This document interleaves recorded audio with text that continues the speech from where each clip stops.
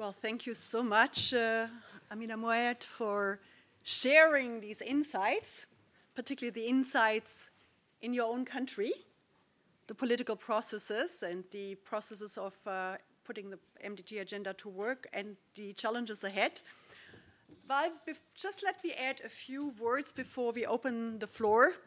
While you were doing very sensible, reasonable, important things in your country, I was at the time a senior manager at the World Bank, and probably not very much loved by your colleagues, as no World Banker normally was.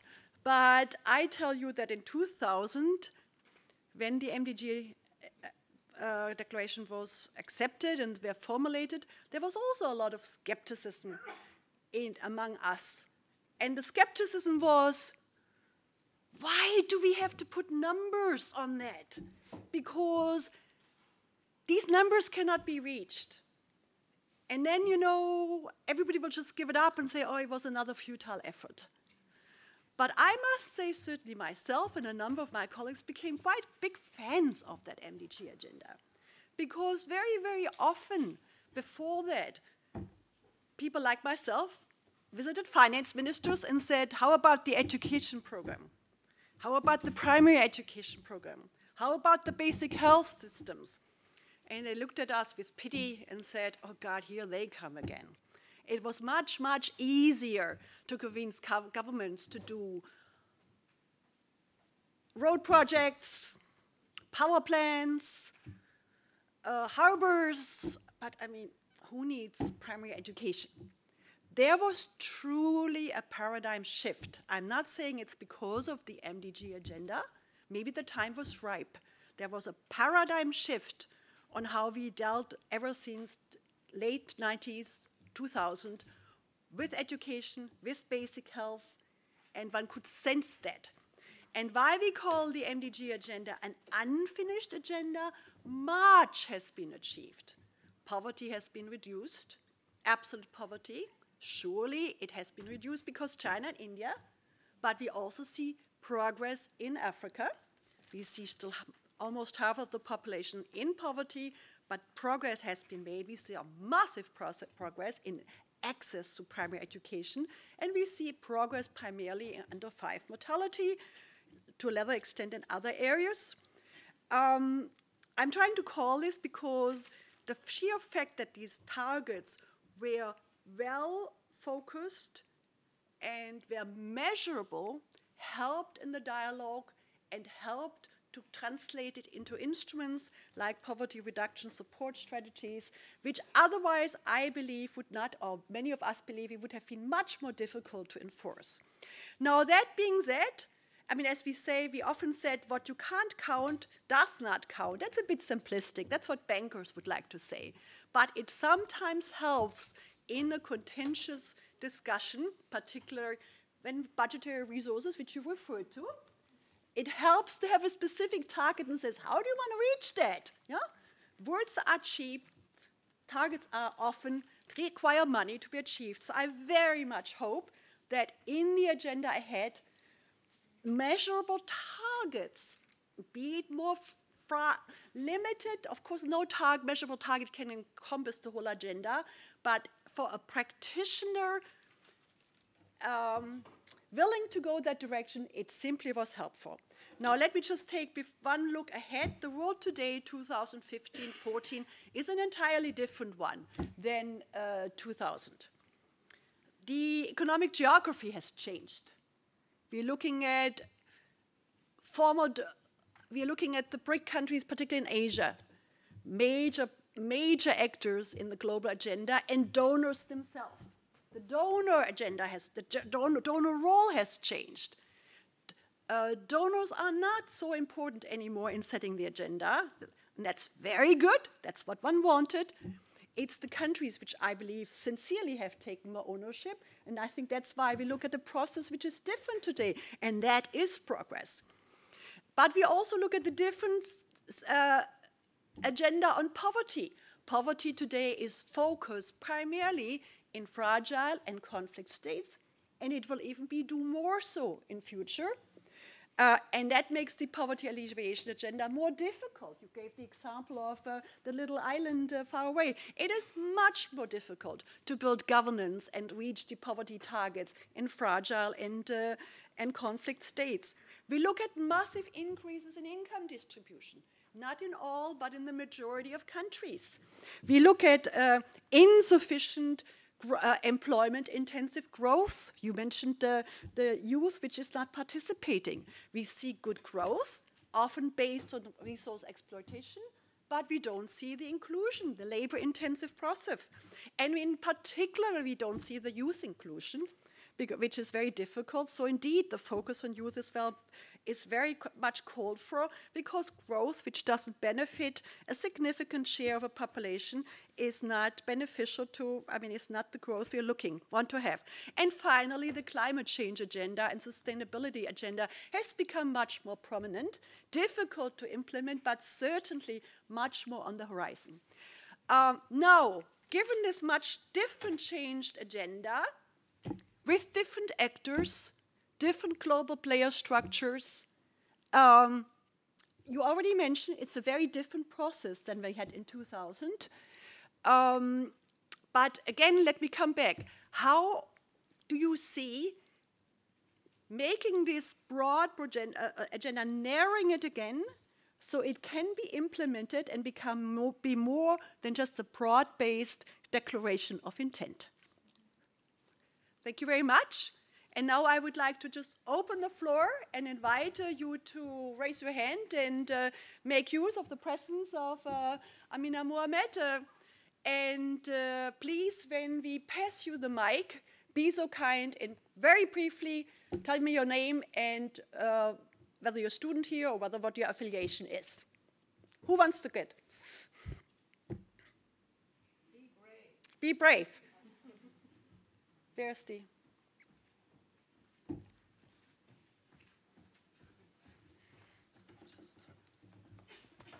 Hi, I'm Julia Mager. I'm here a student of the Executive Master of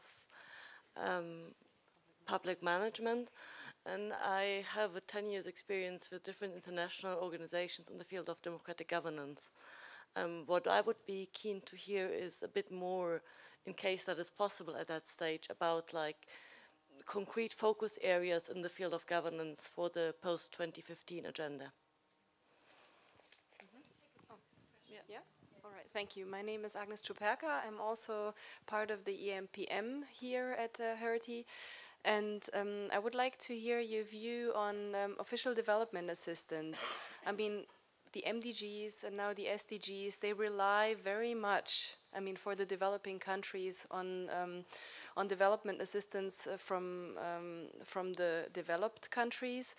And my feeling is now with budgets that sometimes have been cut down and we don't know how the economic turn will be up or down or in what direction, it's always going to be hard to get the money, to get the funds. And we're having here a course in social innovation right now and talking about businesses, other stakeholders, what they can do to foster development. I would like to hear your view because you touched a little bit upon it. How, or do you see a role of business, of private entities, of other NGOs, other kinds of entities in social in the society? And if so, where do you see the area where they could most help? Is it health, education? Is it more human rights? A little bit on that. Thank you.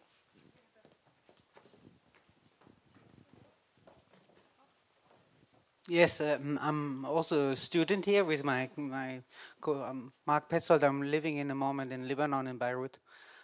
My question is more for those voices which we never hear sometimes, and that's the refugees and the migrants. In the moment, we have around 230 million migrants and millions other refugees in the voice. I want to hear from you, what is the talk in New York about those people to give them a voice to this process? Hello, good evening. Thank you so much. My name is Lukas Kowalski. I work for the German Development Corporation. You've been speaking about the good governance, conflict, peace as a one. We know from the high-level panel that been two different set of goals, one regarding good governance, one regarding the peace and security. When we think about it, none of the fragile states is going to achieve actually MDGs, none of that. And that around 50% of the population below the poverty line will live in the fragile states. Is there going to be a separate goal regarding peace and security, or is it going to be mainstream within good governance agenda?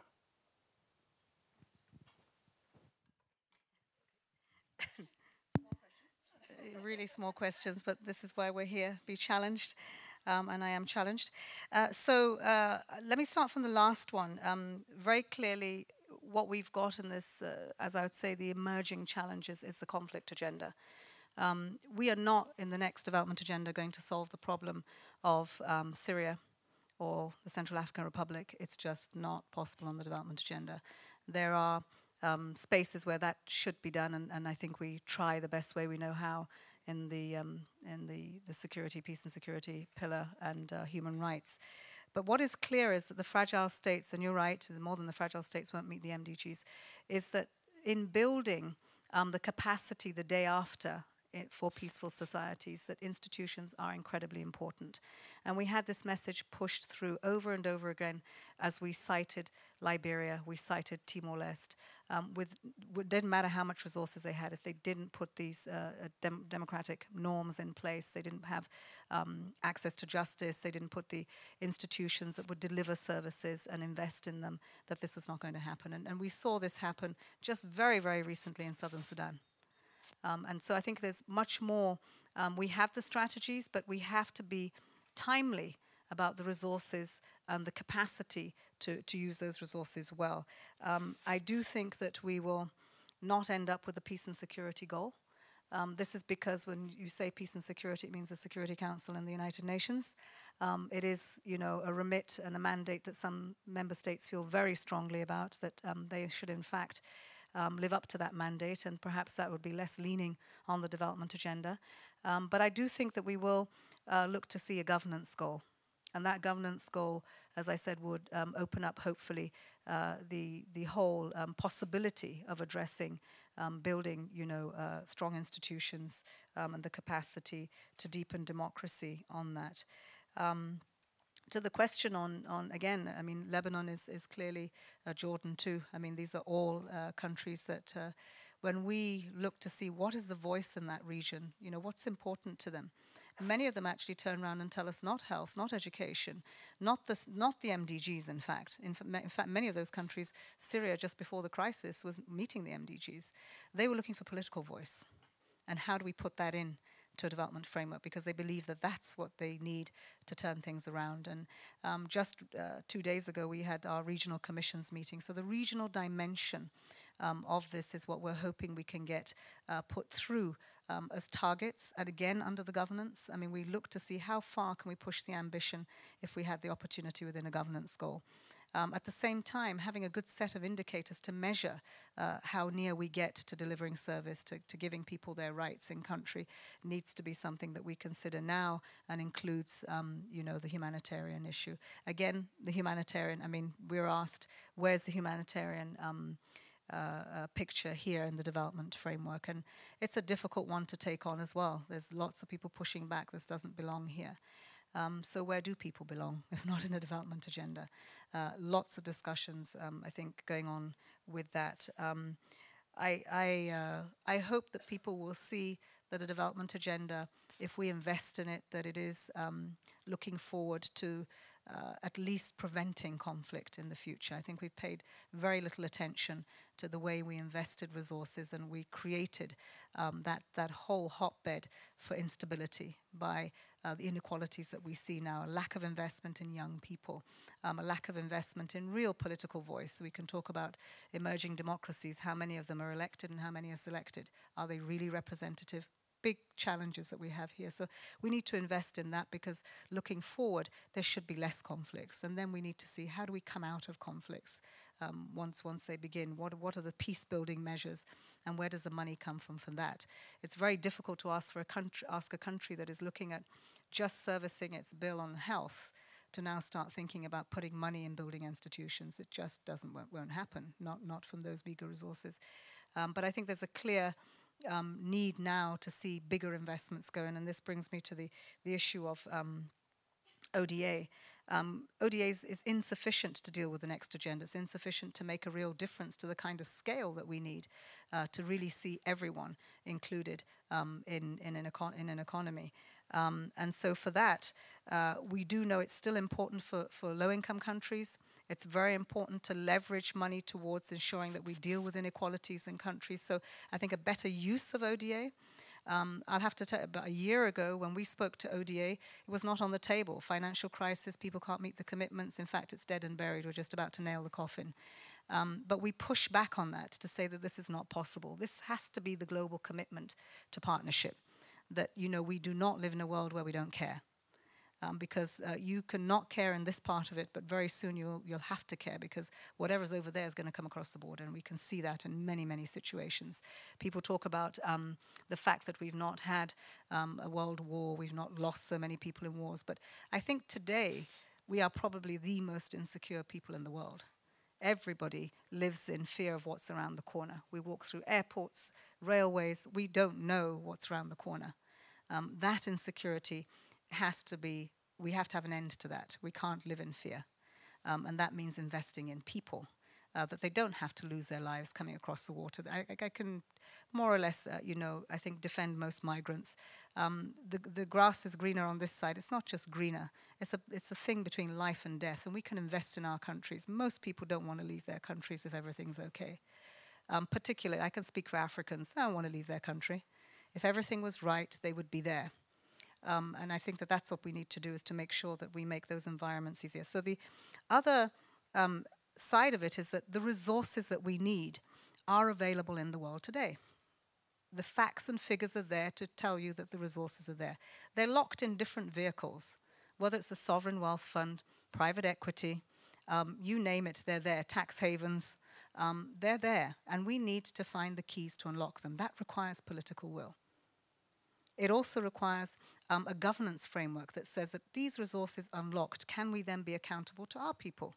If we talk about the sovereign wealth funds, I mean, that is savings for a population. That population needs to know that those savings aren't going to go down a black hole.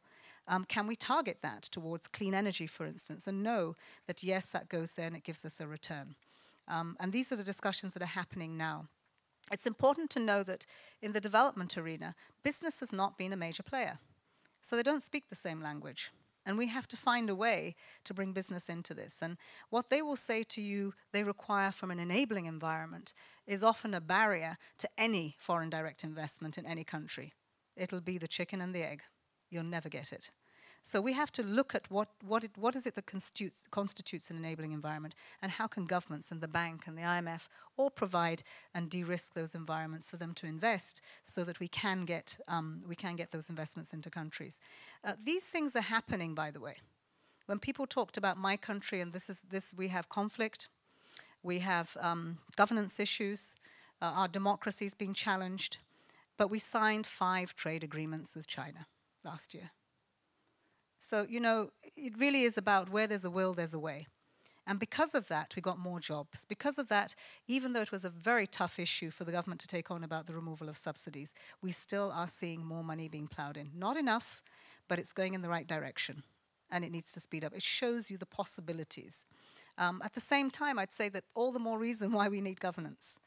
Because otherwise you will find there'll be exploitation because there's only a few available. So I think partnerships need to be redefined. I think where these resources are, we need to think through innovatively. There are, of course, small businesses, social entrepreneurs, all that innovative finance is going to be extremely useful. And it will come through at the country level where others won't finance. You will find that that money comes in really useful. Foundations are doing it. And civil society is playing a big role in ensuring that at the local level we're able to fill the gaps for that. And back to right to the beginning, the focus areas on the governance goal. I will continue to keep talking about the investment in institutions because it's the most concrete thing, capacity to do that, whether it's to deliver service for health. We had a great foundation. The vaccine was what they provided. But, you know, at the end of the day, the vaccine was only as good as it was delivered. We spent lots of money on vaccine over 4 years, and it was, money into a black hole, because what we did without the system was just take these vials out to the local community, and we broke them and poured them into the ground until we got a system going where that was delivered. And then we saw over a period of a year a crash in the incidence of that childhood disease. So we cannot underestimate the importance of institutions to deliver health, education, access to justice. These are really, really important delivery systems. What is also important and is underestimated, certainly been very expensive in the past, is the statistics and the data. Without that, you will not be able to get a good mapping of where the issues are or challenge or measure as well as we should do.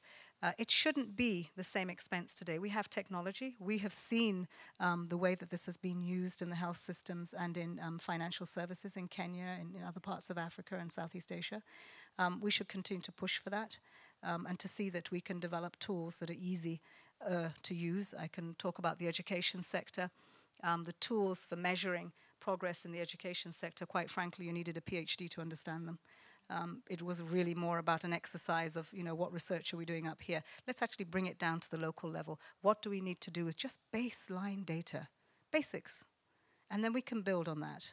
But without having a country be able to analyze its data, and we have plenty of data and statistics, rooms full of it, we just don't know what to do with it. And we need the capacity to build that. So more specifics to that. Thank you. More questions?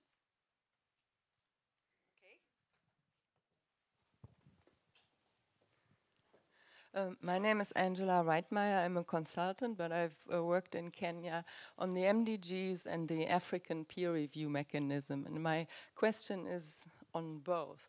How you were just emphasizing the need for data and statistics, a baseline.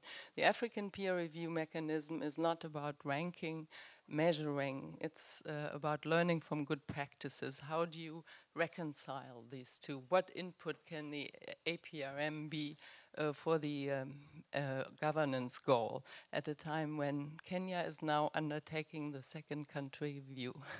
Thank you.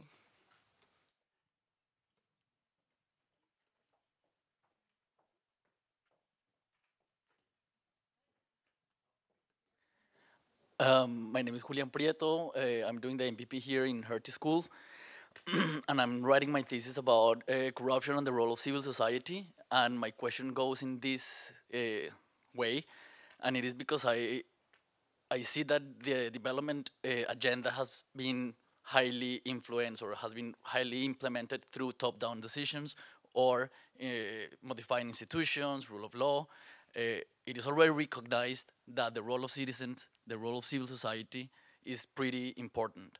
But we don't see any specific strategy from the international donors or United Nations to empower citizens or directly get better civil society or to improve civil society role in this process. So is there any specific strategy that they're trying to put in this agenda, new agenda? Yes, hello, my name is Ulrike Storost. I've been working for long in education, and I feel it's also dear to your heart. So I'm at the moment following the course here on social innovation as an executive student. I just have a question on the Education for All agenda and how is it shaping and being picked up in the new agenda that's shaping, because from what I understood, there was a long discussion and also a shift from inputs, sort of access to primary education to learning outcomes, which is actually, for me, it feels like it's englobing a lot of the Education for All goals, actually, because learning outcomes is really about quality, it's about early childhood education. If you don't have all these ingredients, you won't have the learning outcomes at a certain age. And it also leaves it open to who delivers the learning in the first place. So you mentioned technology. So it would be, there's a lot of potential for I mean, think of this massive open online courses, for example. Who can deliver education? It doesn't have to be the state necessarily itself. So this, I would like to hear a bit about the state of play.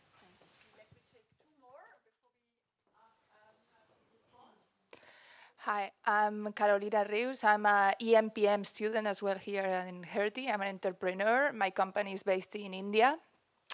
And my question is, can we see a real bottom-up approach in developing the agenda for development, or is again a top-down exercise that somewhere in Washington or New York we decide what is good for the poor? Yeah, hello, my name is Vera. I'm a student here as well. Thank you very much for your speech.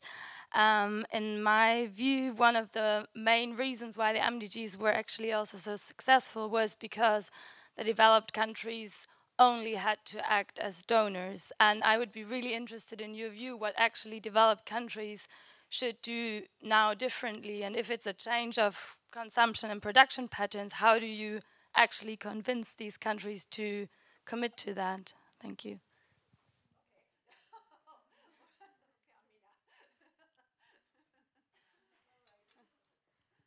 Be careful what you ask for. You just might get them.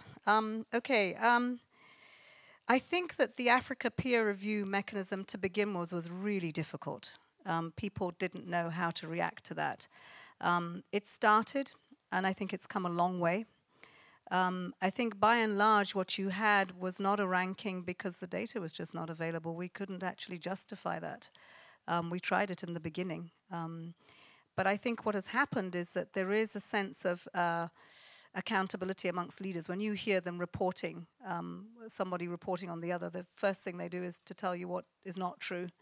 A little while later, they come to say, well, we'll go back to the drawing board and we'll think about it. So I think it was a good opening for people to acknowledge that things were wrong and that they did have to do something about them. So I think there's a lot more to be done on improving the way and manner in which the peer review is done, and I think that the data is going to be an important part of that. But until we have that in place, I think it's not, useful, again, to use because it'll be manipulated. Much easier to have that independent committee go round and then put your heads of state on. It's also voluntary, so that's the other side of it. It's increasing. I think the African peer review, from when it started to what it's doing today, is a good indication for pushing the bar on ensuring that kind of accountability happens. How would that work globally? That would be interesting. Could we do that in the financial system in the West? It would be really quite incredible. I mean, some of the demands that we make of developing countries could not be made of developed countries. And I think that this is where we really need to think through what does this mean, and perhaps make that the bottom line, as if it can be done here, it can be done anywhere. The issue of corruption, civil society, the tensions. Civil society has major, I think, challenges today, even more than before. In fact, you see the door closing in a lot of the space. We've tried to keep that space open in this whole process and try to make sure that not just in New York, but around the world in countries where it's difficult to even get civil society into the room, to be present. And it's very difficult. One of the tensions that we see is that where you have a democracy, who then are the representatives of the people? And this is a struggle. Certainly in my country, we were, the parliamentarians will tell you very clearly, civil society doesn't represent the people. We're the elected representatives of the people. What do you say to that? Well, I'll tell you what I said. I said, okay, that's fine. You want to be the representatives of people, then you have to do the job. Civil society has to take on a new role of actually representing the issues. Because I think very few parliamentarians that have voted to represent people know what those issues are and bring them into the agenda of the bottom-up approach to what are priorities for people. But I also see the tension where now we have almost forced civil society into representation at the table means almost becoming a chameleon and starting to speak like us. Crossing T's, dotting I's, negotiating, in fact, losing the voice of the people. So there's lots to be done to put the mirror up in front of you and say, okay, what do we need to do to be more representative? What I do see us pushing for right now is that when we come to the governance and the accountability, we should define the roles and responsibilities of each of the players, and that includes civil society. And if we can include civil society and be very clear about it, knowing that one size doesn't fit all, it'll be different in different parts of the world, then I think that's opening the door, and it will encourage resources to build the capacities for them. When we chose to use civil society in Nigeria to really check us, it was a big challenge, and most of the cabinet were against it. And there was no funding for them. The first thing was that, why should you fund civil society? They're non-profit. And I had to explain to them that, in fact, there was no profit in it. We were just paying for the overheads for them to do the job. There was nothing in it for anybody. Nobody was making money, but they did need to be paid to go out and do the job. So I think you have to make a concerted effort. We will do so in this new framework. We will push on the accountability side that the role and responsibilities and how civil society will work with this is clear, and it will be difficult, but I think it's certainly doable. On the education for all, clearly, what's not finished on the MDGs is that, we made the mistake of really not looking at the EFA agenda, because had we done that, we would have taken up the early childcare and the quality. Their goals in the EFA, that's where I was so mad about, what are we doing? And now we have a special initiative of the UN Secretary General in the last couple of years to do what? Look at quality. It's really, unfortunate. But we have to get back to that. We have to get back to what sort of curriculum are we looking at? And I know that there is a rethink. The Delors report that was out a couple of decades ago is now being looked at. As far as I'm concerned, it's as valid then as it is today. We just never implemented it. And we should rethink what education and knowledge means. What is coming through as a general consensus from all the outreach that we've done, and that's beyond, New York to countries, is the skill set that's needed for young people today to engage with the economy. Recognizing we've lost a generation to bad education. I can speak about my country and many in Africa. We have passed through education. Education has not passed through us. There's a low load of qualified illiterates out there with certificates. That certificate is not fulfilled. What do you say to that young person? They don't have the skill set. You have to retrain them. Ask employers. They will tell you they're having to retrain young people who can't construct sentences. What's worse still is our teachers have not been given the skill set they need to even teach. So the learning is not happening. The exchange of knowledge is not happening. And even with technology, quite frankly, it's not the computer that's going to teach the child. It's what goes into that computer, and teachers need to be aware of that. Teachers need to become whatever form they take, whether they're online or they're in person, they have to become the fountain of knowledge, and we have to build that capacity for them to give the skill sets that are needed in different places of the world. The foundation has to be rebuilt. That is serious unfinished business. We can't look at the rest of it. We can say that the stopgap of the skills is really about us taking people who haven't had the education and trying to deal with adolescents and young adults in meeting that. But in the same way in Europe, everybody was skilled for a job. And what happened when the job crashed? The job market crashed. Then what did you have? A whole load of unemployed children, young people. With nothing to do. Had we given them skill sets where they could have engaged with entrepreneurial skills for business and managed themselves, they would have found the markets that they would have exploited, then we might have had less of a problem with what happened with the financial crisis. So I think we have to think through what type of learning we need. Certainly lifelong learning is a major part of it. The skill set that is needed for young people is there, but finishing the MDGs is also there. How we use technology in all of this for teachers, for learners, for continuous education is going to be an important part of it. The bottom-up, or yes or no, voices of the poor. I think there is one thing that we know now. There is no rocket science to what the poor need. They've said it. Sometimes we've not communicated it. Other times we think we know better because we've overanalyzed it. And so we've not contextualized what we're really talking about. Yes, there is a bottom-up approach to this process. There's been a huge amount that has been taken from participatory learning, and we continue to ask at the country level what poor people want, and we've used where technology is available, we've used technology. Where it's not available, people go out there, and there are massive surveys that have been done to do this. So I think we know what we need to do. Are we able to do it at the scale in which it needs to be done? And this agenda will reflect an agenda for people. As I said, the ambition of it is really what I would challenge us to, is to demand that it is for all, that we shouldn't stop short because people feel politically it's not quite what commitment they want to make. in certain parts of the world. There are many countries who will not agree to the governance agenda for fear of you opening up what happens at the local level and cross red lines of sovereignty. That's just a facade that we need to get away from. It is, you know, quite frankly, we choose governance, we be specific about it. As I said, let's open the door to it and see how far we can reach in terms of the ambition. But bottom up, I think so. I think that when we look at the health agenda, we no longer just see the communicable diseases, we also see the non-communicable diseases. We see what does matter to a lot of people and their sexual reproductive and reproductive rights. This we cannot slide back from, although there's a big challenges to it.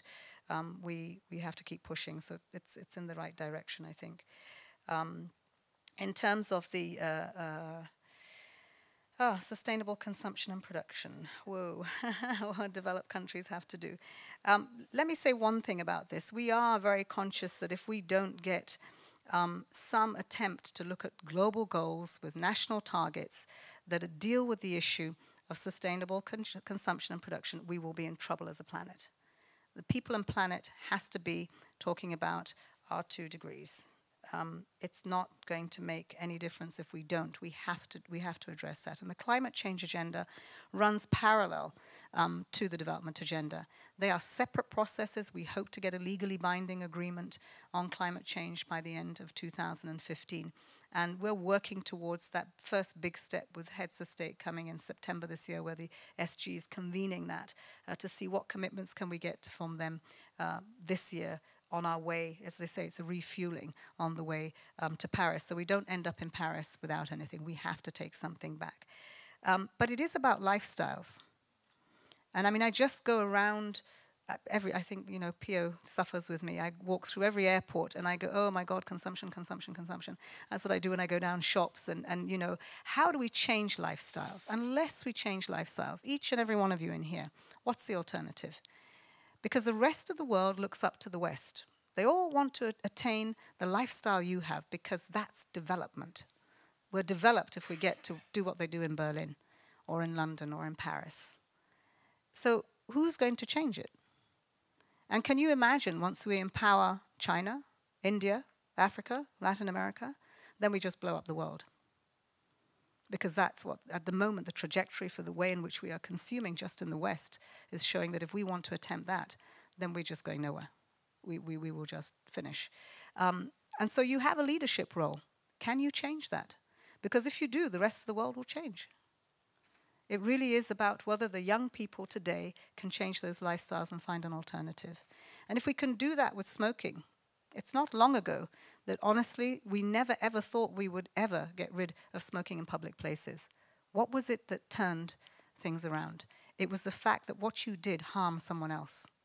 Nobody could quite get away from that. Still today, people pick up packets of cigarettes that tell you you're going to die tomorrow. I mean, they're awful. What you see on the packets of cigarettes, you shouldn't pick them up. But people pick them up and they smoke them. But that's to themselves. The minute they knew that that smoking would affect somebody else, they were perfectly accepted that we wouldn't do this in public places. We wouldn't do it around pregnant women. We wouldn't do it around in restaurants, in cars, in planes. That was all acceptable to us. So what is going to make us change? We don't need the stuff that we have today. It's incredible what is sold to every one of us. We change. We don't need it. I mean, I just know that even from the toys that my children had when they first had them, I remember being really sick with the amount that I took back from the UK for Christmas presents for my daughter. In fact, I have a picture because she stood up, she was 2 years old, and the presents around her were way above her. And I thought she's never even going to know any one of those toys, and true. She never had the same attachment I had to 1 or 2 toys. There were so many. And what was it? I went into the shop. I didn't know what to pick up. Which one did I do? It was like, you know, sweet shop. This one, the other one. And this is what happens to us today. Which dress shop do you not go into? Which household, if you're like me, glasses and plates, and you've got more than we can ever eat off or drink from. So the consumption lifestyle that we have today, it's got to change from somewhere. And that really is about our hearts and minds. That can't be forced. It can't be forced, but the consequences of continuing on this trajectory, certainly in the West, makes sure that we do not have a people and planet at the end of it.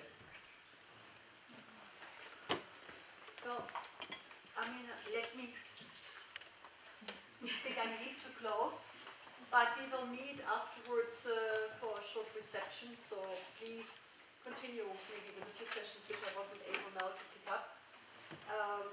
Let me at this point wholeheartedly thank Amina, Mohammed for joining us and giving this inspiring talk. I must say, as a Hertie School student group and colleagues, your ears must have been ringing. And clarifying the roles, respective roles of civil society and executive and how they work their respective functions. I wished you would have done that earlier, because certainly in my life I found that very difficult all the time to deal with this, and I often, so this is a fabulous agenda.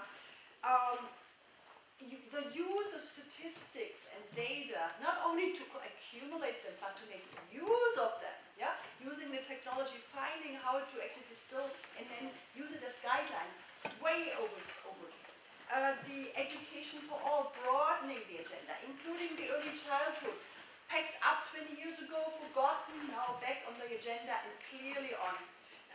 Skill sets, education, not just getting people to school where they learn something or not learn something, who knows what, but actually make sure that it can be used in the growth process or in the economic process.